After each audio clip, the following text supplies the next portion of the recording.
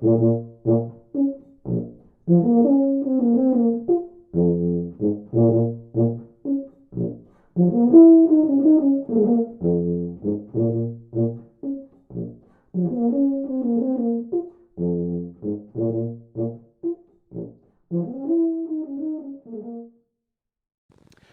looking at the history of the tuba, I think it is important to understand how history has informed the way we play the instrument and how composers have written for the tuba.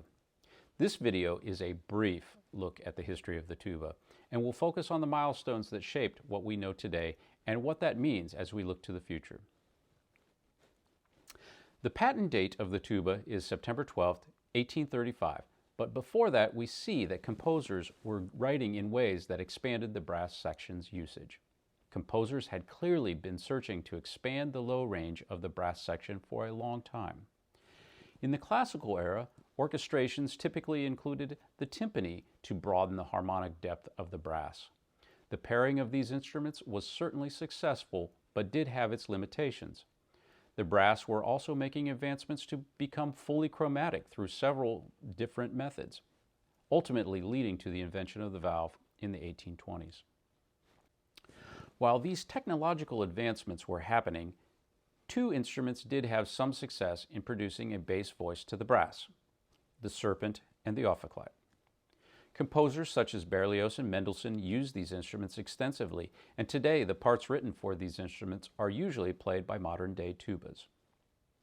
Both instruments favored a more high tessitura than our modern contrabass tubas, and parts were often scored quite high. Most professional tuba players will play these parts on a bass tuba. The invention of the valve changed the entire brass section in profound ways. Before the invention of the valve, chromaticism was limited to instruments with slides, like the trombone, instruments with keyed systems, or by inserting extra lengths of tubing called crooks that changed the fundamental of the overtone series. Changing crooks took time, and the keyed systems created an uneven tone quality throughout the instrument. The slide obviously was a solution, as we see that one instrument has continued to use it. The use of the slide in the lowest register, however, meant that the slide would have to be so long that it was simply impractical.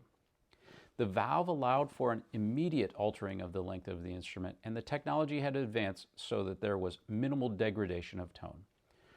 Brass instruments were released from many of their previous limitations.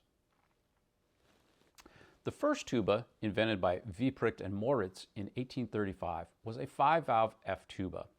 Shortly thereafter, Moritz added a tenor tuba in B-flat, and the modern tuba family had begun. I have prepared a timeline for some of the more significant advancements in the history of the tuba that allow you to see how things progressed.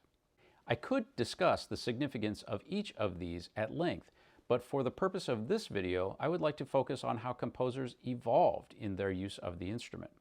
Some composers, like Berlioz, immediately incorporated the use of new instruments and encouraged the tuba to replace the ophicleide. As the Romantic era progressed, composers embraced the advancement of brass technique and expanded sonic capabilities. By the time we get to Wagner and Mahler, the brass section, including the tuba, was consistently orchestrated in the way we see today.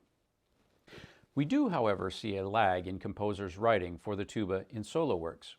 Nearly all solo performances on tuba were of pieces written for other instruments or simply transcriptions of songs. While composers were embracing some of the soloistic characteristics of the instrument in ensemble works, they didn't write full-length sonatas or concertos. Early solo pieces for tuba only date back to the 1920s, nearly a century after its invention, and these pieces were often written by tuba players and teachers. In 1954, a major shift took place. Ralph Vaughan Williams composed a full-length tuba concerto with orchestra that explored the technical and expressive capabilities of the instrument, and it seemed to almost invite other composers to do the same. In 1955, Paul Hindemith composed his sonata for tuba and piano. These two pieces continue to be standard repertoire for every serious tuba player. In the 1960s and beyond, we see an explosion of solo repertoire. In his book, The Complete Guide to Brass, Scott Whitener writes the following, and I agree. The last few decades have seen more activity in the tuba world than in any other period of its history. Today's generation of tubists is no longer content to remain in the background and has broken through barriers that were considered impassable. There are now several internationally recognized soloists, but the most striking aspect of the movement is the incredibly high standard of playing that is now taken for granted. Interesting new solo works are appearing regularly that exploit the possibilities of the tuba and the virtuosity of the player in previously unimagined ways. Undoubtedly, this evolution will continue into the future with more recognition and opportunities for the solo tuba as each new generation of tubists carry the movement forward. As we look to the future, I think it is important for music educators to understand this evolution.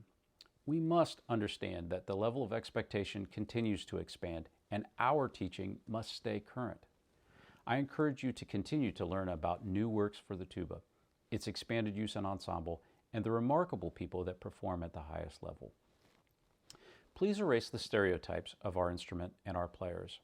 The tuba is not just the instrument playing upas or long tones beneath some other instrument's expressive line. The tuba itself is expressive, agile, and powerful.